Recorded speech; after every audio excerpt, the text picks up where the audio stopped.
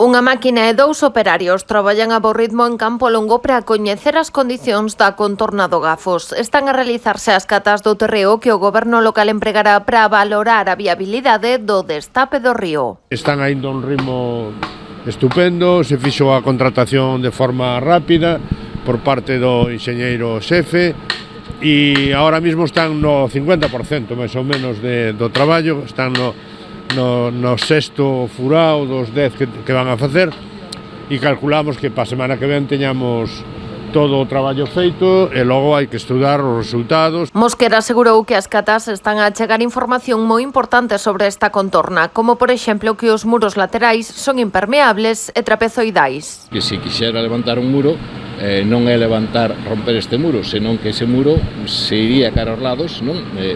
Pois se cadra 2 metros ou 3 para lá, non? Por exemplo, eso non se sabía.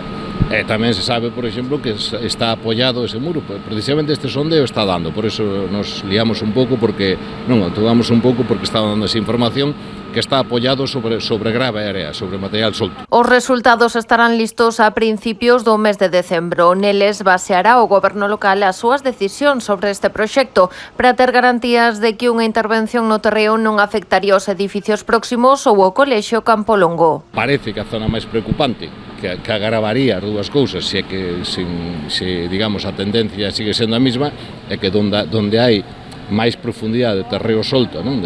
Porque o que hai arriba é terra negra, que iso para o lado do río non vale, o sea, eso levaría unha enchente, levaría inmediatamente, non? Pero aquí estás topando, río arriba, estás topando firme a 4 metros máis ou menos, o sea que aí xa o río non daría feito ningún máis, pero aquí empeza a ser, digamos, esa capa que hai máis profundidade, precisamente o sitio máis delicado, onde hai o colexio e demais. O estudo xeotécnico foi adxudicado por 17.800 euros.